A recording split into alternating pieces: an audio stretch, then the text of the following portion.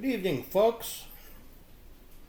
Uh, Door Gunner Bill here. Actually, Window Gunner. The crew chief sat in the door in the UH-34, and I sat on a steel plate in front of what was a busted out, taken out plexiglass window, and a mount had been made to put the M60 machine gun pivot into this mount. And it's the same pivot they used to put on the tripod. And the thing worked out pretty good because you were shooting out of that hole, which was the window. And exactly 2.5 feet or so behind you was a plexiglass window that was intact.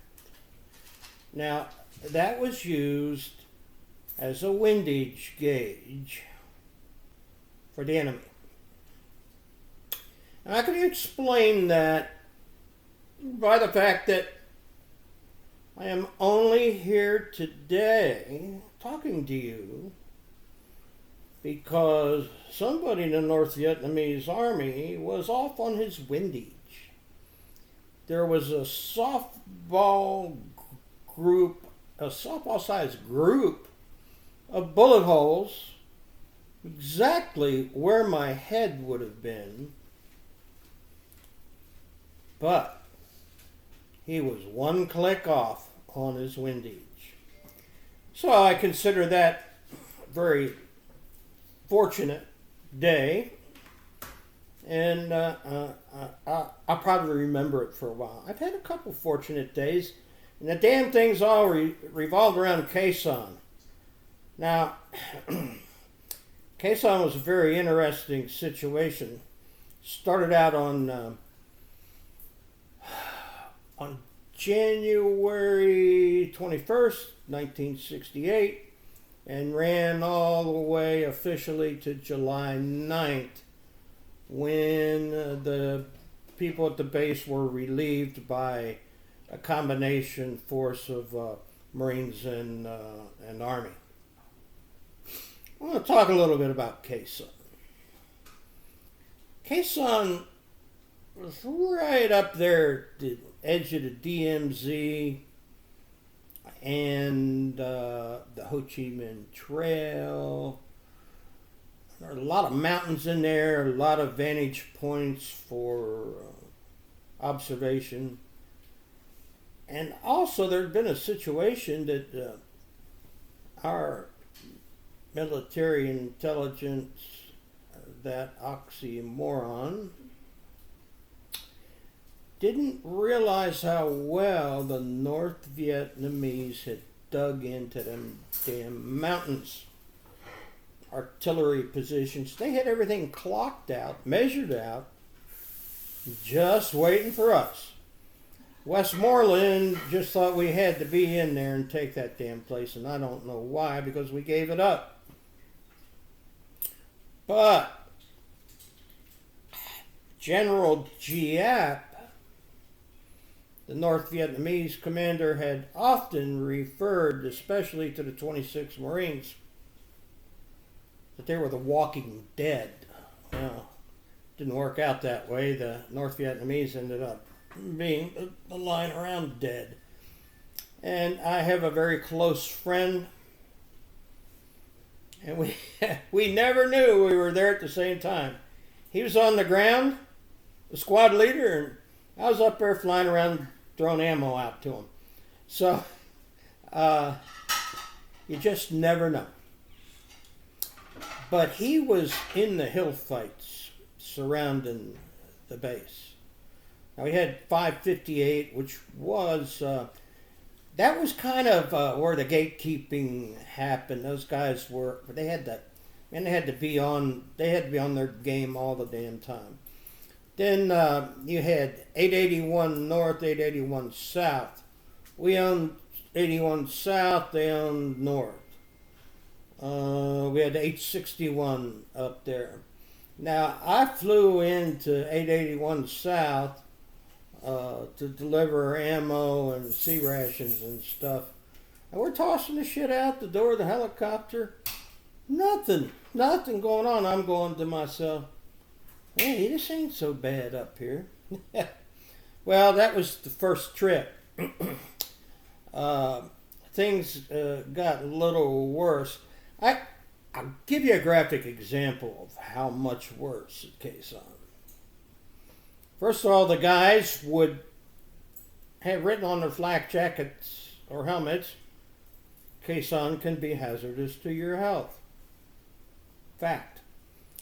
And it was written up in several books and articles about, at one point in time, KheSanh was the most dangerous place on earth. I can attest to that. When we went there, we'd park the helicopters in the revetments, do the KheSanh shuffle, which was run like hell across the runway, because anytime anything that flew was coming in, there'd be mortars and rockets following it. And especially a C-130, which is a special story. So we'd run across to Colonel Lowndes' bunker. Lieutenant Colonel Lowndes was the commanding officer of 26 Marines. And that's where we got all our orders and just stood around. And not for long, but stood around awaiting either orders for emergency resupply, occasionally a recon extract, medevacs. So that was the safe and sane part of KheSanh. So, you know, eating the sea rations can go one way or another with your gastrointestinal processing, to put it politely. Well, I said to one of the guys, I go, hey, like, is there, where's it? Have we got a bunkered in outhouse, or, and he points outside, and here's this sheet metal kind of shaped like a building. So damn full of shrapnel holes, it was unbelievable. I said, that's it? He goes, yep, that's it. I'm thinking, that's a hell of a place to die, you know. I don't want to be known for dying on the, So I held it better than I've ever held anything in my life. And fortunately, about 10 hours later, we fly back to Quang Tri to relative safety.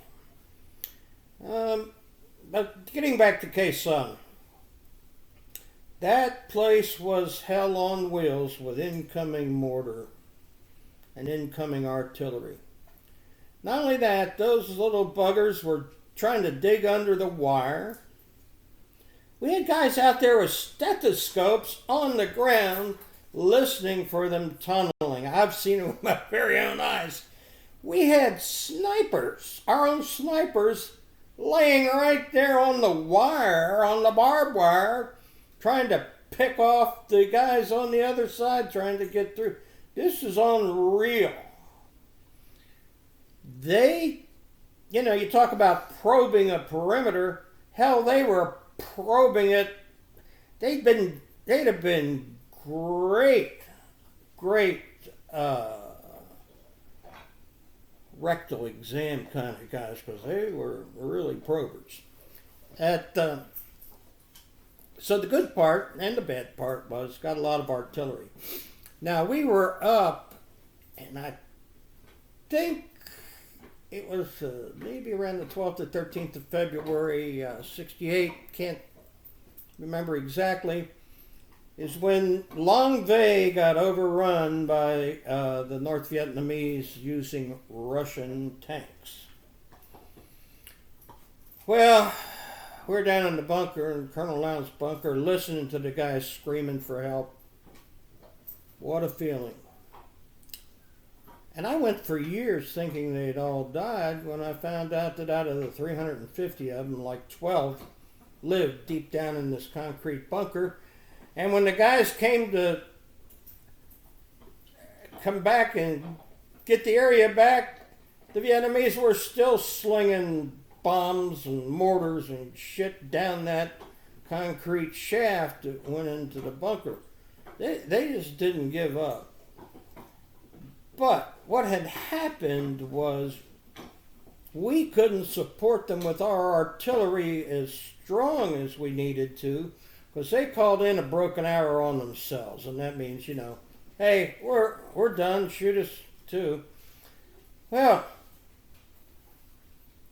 the guys at KheSanh in the artillery, they couldn't get their heads up because the incoming was so bad.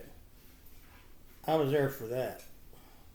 We finally got out of there about 2 in the morning after the Long Bay thing had calmed down. It was obvious they were toast. At the time, it was obvious. So we're flying back in the fog and crap through the mountain in this old UH-34. And one of the pilots said to the other, "Quit shaking the damn airplane." "I ain't shaking it, you are."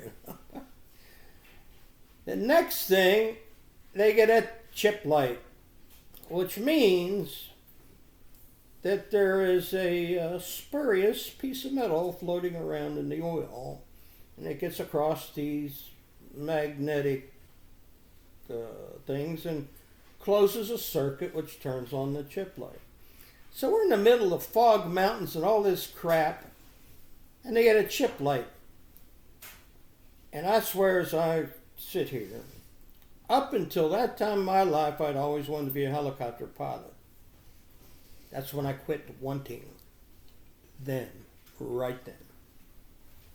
Well, they got us home, and, it was just another day at work. But about KheSanh, that was Westmoreland's wet dream. And it really served no purpose. The Vietnamese, because we left, claimed a victory. The commies are going to claim victory just like in Washington, D.C. right now. And KheSanh was a very special place. I damn near got killed there for sure twice. Once by the grace of God. And there's actually a picture of me hiding behind this oil drum as a C-130 was landing and the artillery had opened up and we had shut down the helicopter, and I ran out and jumped behind the oil drum. And that story I had told for the longest time, and I found a picture on the internet. Walt Wisniewski, the pilot, had taken a picture of me behind the oil drum. He was all the way at the back of the revetment. And now Walt and I communicate on a regular basis. He was one hell of a pilot. And he really knew how to fly a helicopter. Well, I don't know if this was too much about helicopters, outhouses blown to hell, or maybe something about KheSanh, but that place wasn't worth the lives that were lost. And especially when the Army intelligence of William Westmoreland had to be in there.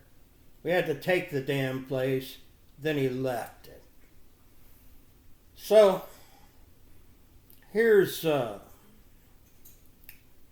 for another Semper Fi.